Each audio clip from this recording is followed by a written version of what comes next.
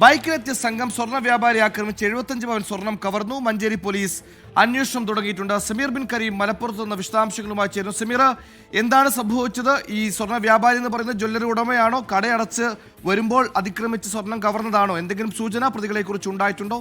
ഏറ്റവും പുതിയ അപ്ഡേറ്റ്. സുഹൈലി, സ്വർണ്ണ നിർമ്മാണശാലയിൽ നിന്നും സ്വർണവുമായി പോവുകയായിരുന്ന രണ്ടുപേരെ ഈ മറ്റൊരു ബൈക്കിലെത്തിയ സംഘം ഇവരുടെ ബാഗിലുണ്ടായിരുന്ന സ്വർണം കവർന്നു എന്നാണ് പരാതിയായി പറയുന്നത്.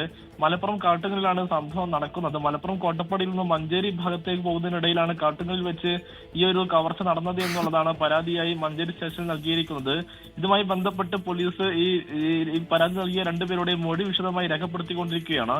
പോലീസ് പൂർണ്ണമായും ഈ പരാതി ജനുവിനാണെന്ന് പോലീസ് പൂർണ്ണമായും വിശ്വസിച്ചിട്ടില്ല. പകരം ഇതിലെന്തെങ്കിലും തട്ടിപ്പുണ്ടോ എന്നുള്ള പോലീസ് വിശദമായി തന്നെ പരിശോധിച്ചുകൊണ്ടിരിക്കുകയാണ്. ഉടൻ തന്നെ ഈ പ്രതിയിലേക്ക് എത്താൻ കഴിയുമെന്നാണ് പോലീസ് വ്യക്തമാക്കിയിട്ടുള്ളത്.